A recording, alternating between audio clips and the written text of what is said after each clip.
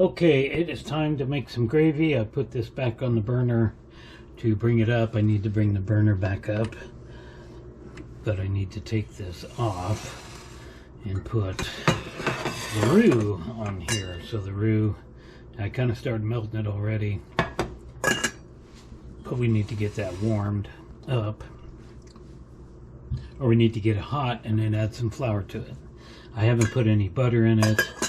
This is not butter here. This is just an empty container, and I'm going to pour at least half of this into here, and I don't think it's hot enough to melt it. And by the way, I did find my brand spanking new wire whip. After all, it took a while, but I found it. So let's go ahead and pour this in here, and we'll save this. And you can actually freeze stock like this. There we go. So don't like a big mouse. So that's going to be the basis of our gravy. So we'll bring this up and we'll add half and half to it. I'm not sure how much. And then we'll start to thicken it. But first I gotta make my roux. Now that needs to be fairly hot to make it. You should definitely cook your roux. But in the meantime, we'll go ahead and put this. Actually, you can freeze this. I think that's just exactly what I'll do. I'll ultimately put this in the freezer, but for now we're just going to put it in the refrigerator. And that'll be enough to make another batch of gravy at some point, or maybe some soup stock or something like that. And once again, if you don't turn the camera on, it doesn't film. So I was talking about the roux. I got it hot enough. I actually got it too hot. You can see it's starting to foam up, because I put the flour in there. And the flour and the oil don't always get along very well. We got our heat up a little too much.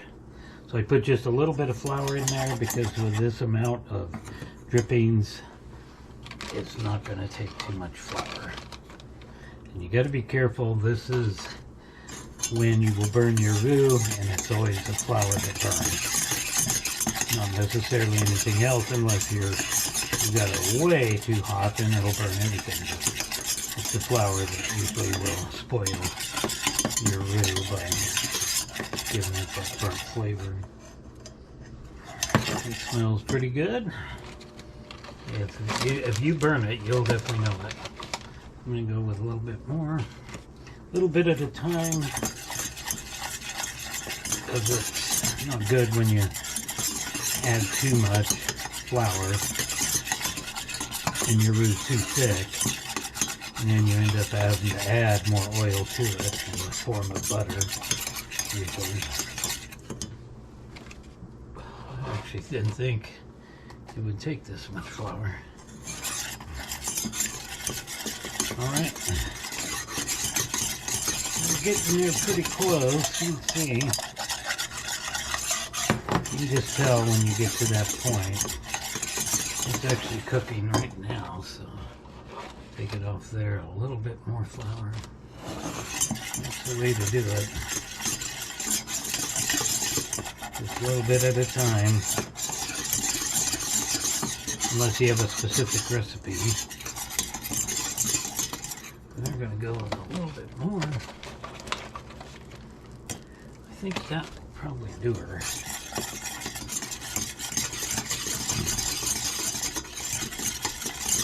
Yeah, I would say. You can see how it's kind of separating there. It needs to be fairly thick, but it doesn't have to be humongously thick. And you can make roux work without it being hot. I was originally taught that the roux has to be very hot in order for it to work, and that's just not true. Okay, that's perfect. We don't want to burn it, but we do want to get this on here. And we want to start getting it up. So this is our basis, as I said. All the flavoring is in there, then we'll just add the cream to it. And then there's various other things that you can add to your gravy. There's some herbs and parsley and things like that you can add the chicken gravy. I like mine just kind of plain. So we'll let that come up, and then once this starts to boil, it'll be time to add our half and half. I want to make sure it's not outdated. Mine's still good for another week, and it'll be good for another week after the date on there. So we want to make sure to shake it up a little bit. And that's how we're going to make our chicken gravy. All right.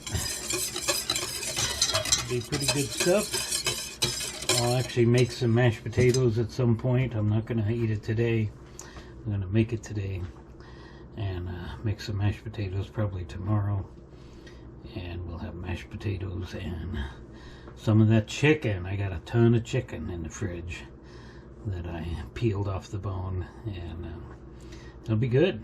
Mashed potatoes, chicken gravy, and chicken.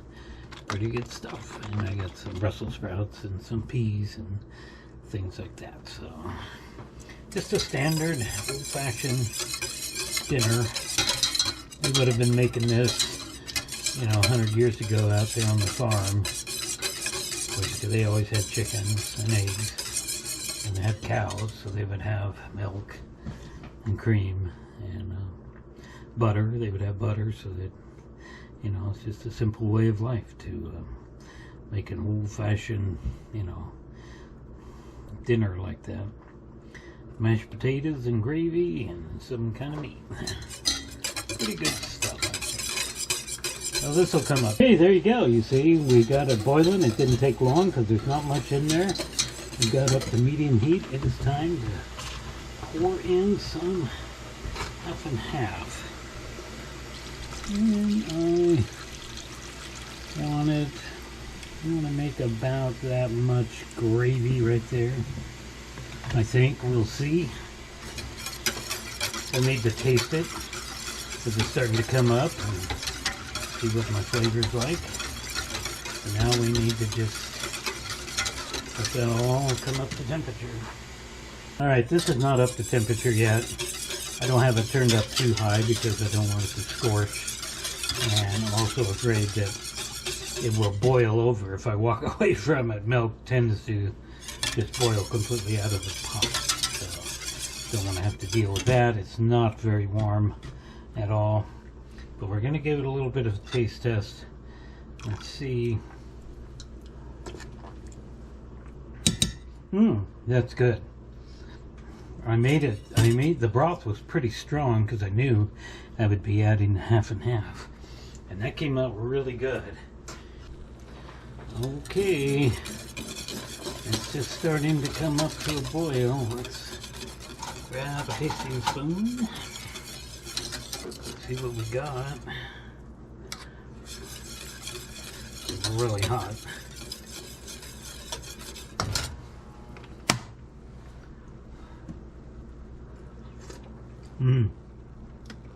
Yeah, that's gonna be good gravy.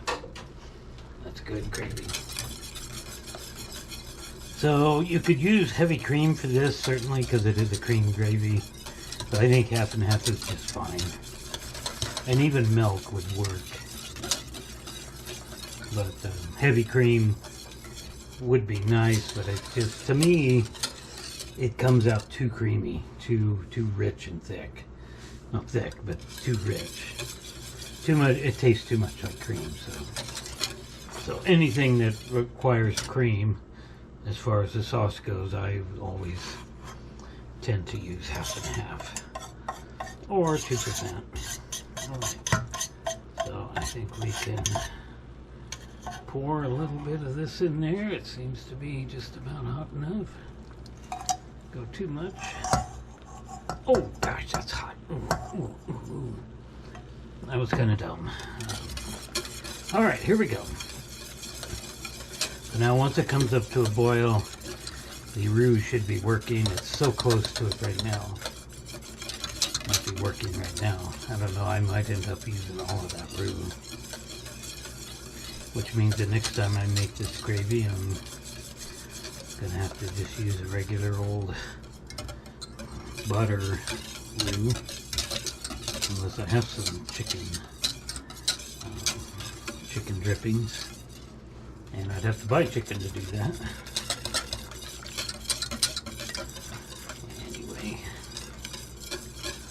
Doesn't feel like it's tightening up, so I have a feeling I'm going to be using all this roux here.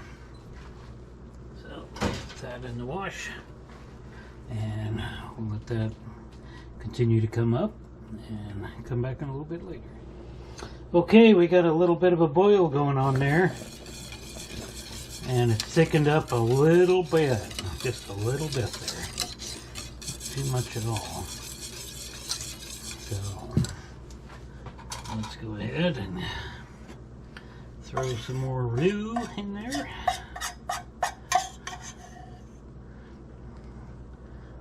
There we go.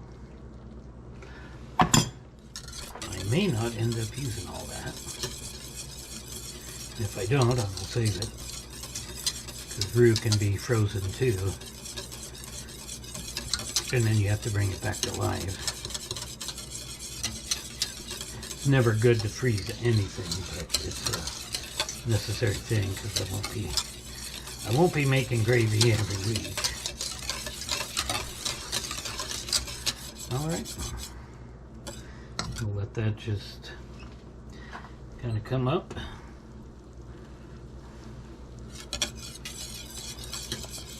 Gonna need a little bit more. It's just not tight enough for me.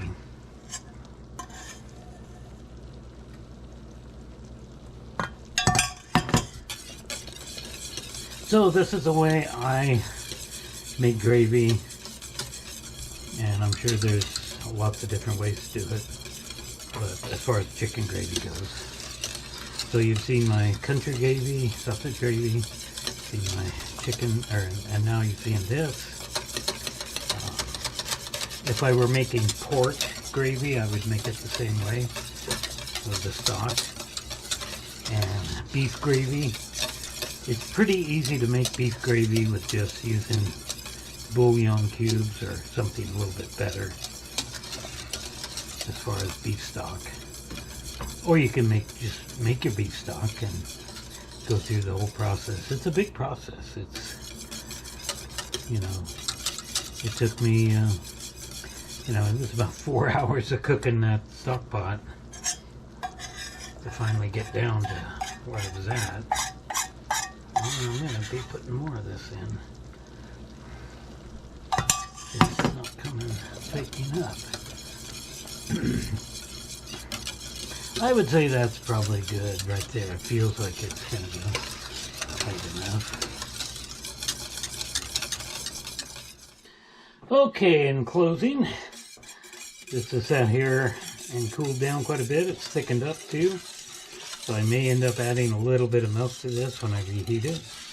But I don't mind my gravy pretty thick. And it has a good flavor. So this will be probably 5 or 6 servings for me. I'm making some mashed potatoes and have that chicken, and it'll be delicious. So you should definitely take it out of the pot you cooked it in and store it in something nice and fresh. And this is, I really wanted a smaller container, but I didn't think it would fit, so. But this is actually a little bit more than I thought. So we didn't scorch the bottom, and that's good. All right, there we go. So comment down below on gravies that you make, or chicken gravy in particular, and how you make it and all the rest.